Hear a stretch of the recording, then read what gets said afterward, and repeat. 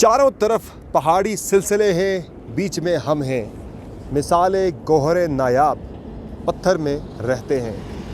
नाजरीन, समर अब्बास स्कर्दू से आपकी खिदमत में हाजिर है और आज कुछ बहुत ही ख़ास चीज़ें तारीख़ी मैं आपको आज बताने जा रहा हूँ, आपके साथ शेयर करने जा रहा हूँ। ये मुकाम बड़ा इम्पॉर्टेंट है स्कर्दू के, जिस मुकाम पर मैं मौजूद हूँ। गिलगित बल्तिस्तान के अवाम ने एक जंग लड़के इस इलाके को आज़ाद करवाया था डोगरा फ़ौज से 1948 में, और जिस मुकाम पर मैं मौजूद हूँ ये इंतहाई अहम मुकाम था। जो फैसला कुन मार्का था इस आज़ादी की जंग का, वो इस मुकाम पे लड़ा गया था। और ये जो इलाका है ये बहुत ही ख़ास जगह, ये यादगार है। मैं आपको दिखा दूं पहले कि यादगार है, और इस मुकाम का जो नाम है थोर गोरपड़ी। यहाँ पे जो जंग थी उसमें तारीख साज मार्का इस मुकाम पे लड़ा गया था। जो थोर गोरपड़ी है इसमें इस तारीख इसकी बड़ी रिच है। ये मुकाम है सामने जहाँ पे एक तारीख साज जंग लड़ी गई थी। इस मुकाम पे जो कुमक आ रही थी श्रीनगर से डोगरा फ़ौज की, उसे यहाँ पे नाकामी का सामना करते हुए उसको बिल्कुल ख़त्म कर दिया गया था, और उससे भारी मिक़दार में असलहा भी बरामद हुआ था। सामने आप देख रहे हैं ये इंडस है, दरियाए सिंध जा रहा है, और क्या शफ़ाफ नीला पानी है इसका। यहाँ पे साफ़ सुथरा पहाड़ों के दामन से, संगलाख चट्टानों के दामन से ये उनको चीरता हुआ ये जाता है बिल्कुल टुवर्ड्स द एंड।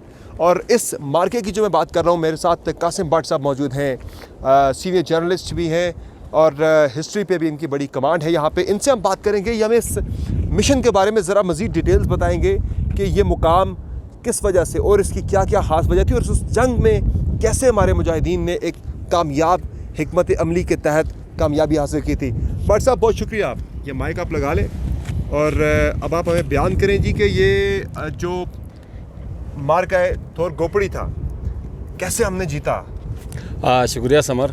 पहली बात तो ये है कि गिलगित में 47 में 14 अगस्त 1947 को पाकिस्तान की आज़ादी के साथ ही गिलगित बल्तिस्तान के वादियों में भी आज़ादी की जो लहर थी वो गूंज उठी, और मुजाहिदीन ने इस पे बड़ा होमवर्क किया। चूँकि डोगरा हुकूमत इंतहाई सफाक और जालिम थी, जो मामूली भी बगावत की अगर उन्हें भू आती तो वो लोगों का बेदरेक कत्लेआम करते थे।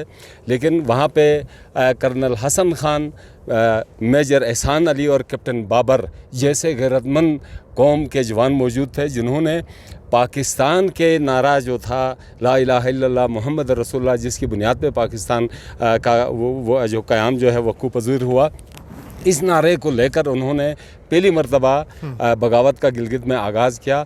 और बहुत जल्द जो है बोंजी जो हेडक्वार्टर होता था डिस्ट्रिक्ट अस्तोर के अंदर, जो मिलिट्री उनका कमांड एंड कंट्रोल सिस्टम था, वहाँ पे कब्ज़ा किया। उसके बाद गिलगित से ये आज़ादी की तहरीक बढ़ते बढ़ते जो है वो स्कर्दू तक आ गई, और एक बड़ा इधर दूसरी तरफ एक मुनज़्ज़म हुकूमत थी, मुनज़्ज़म एक रियासत थी, जबकि जी बिल्कुल, और दूसरी तरफ चंद मुजाहिदीन थे जो नहते हाथ थे, जिनके पास डंडे थे और कुल्हाड़ियाँ थी और बंदूक, शायद अगर 200 लोग थे तो उनमें से एक आदमी के पास बंदूक होती थी।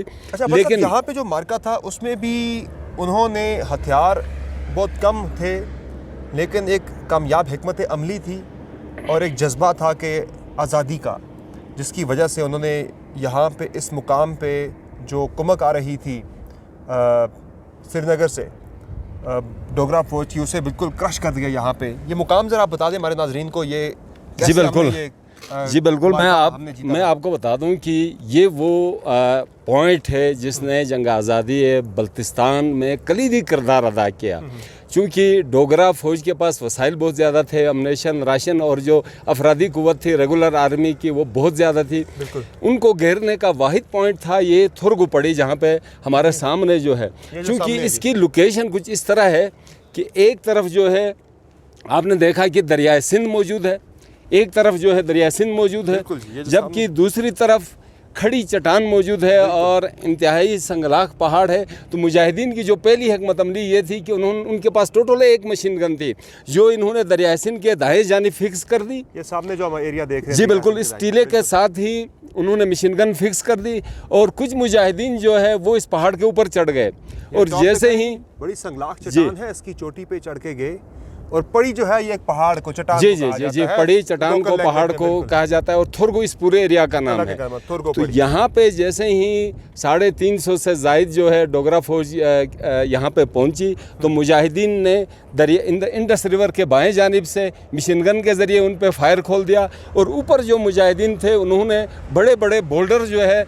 नीचे लुढ़काने शुरू कर दिए, बड़े पत्थर नीचे फेंके और फेंक दिए। फौज जो है उनकी, जिसके नतीजे में उनके साथ जो पैदा फौज थी, घोड़े थे और जो लेबर उन्होंने अंगेज किए हुए थे, 100 के करीब घोड़े भी थे उनकी जी जी फौज में। 200 से जायद उनके साथ घोड़े थे, लेबर उनके साथ थी, वो सारा क्रश हो गया और उन्हें पसपा होना पड़ा।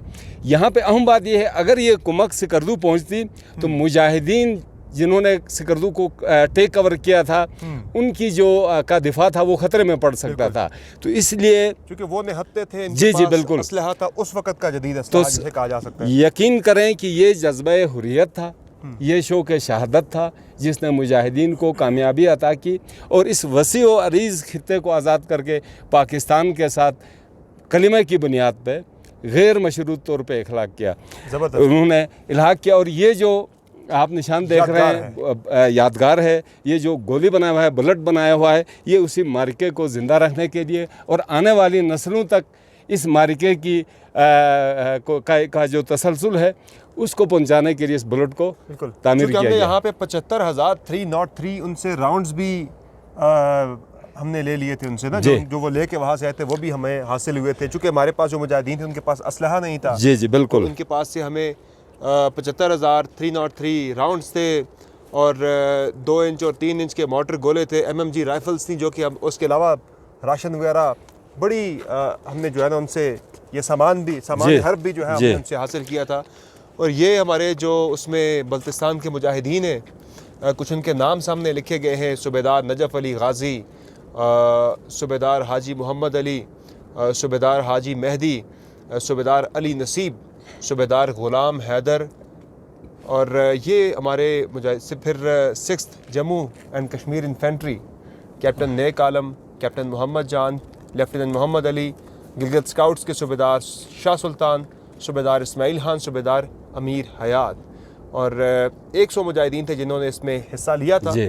और इनके नाम जो हैं वो किताबों में गाजियान मारकत थोर गोपड़ी के यानी कि टाइटल से इस नाम से उनके याद रखे जाएंगे। और ये एक बहुत बड़ा वाक़या है जिससे हम आने वाली नस्लें भी हमारी सबक हासिल कर सकती हैं कि बेशक आप तादाद में बहुत कम हो, जी बिल्कुल, आपके पास जदीद तरीन सामान हर्ब भी ना हो, लेकिन जब जज्बा आज़ादी है और शौक़ शहादत है तो फिर आप बड़ी से बड़ी अपने दुश्मन पे काबू पा सकते हैं, उस पर गलबा हासिल कर सकते हैं, उससे आप शिकस्त दे सकते हैं। तो ये आपको दिखाना था नाजरीन, एक इम्पॉर्टेंट पॉइंट था हमारी हिस्ट्री का जो आपके साथ हमने शेयर करनी थी।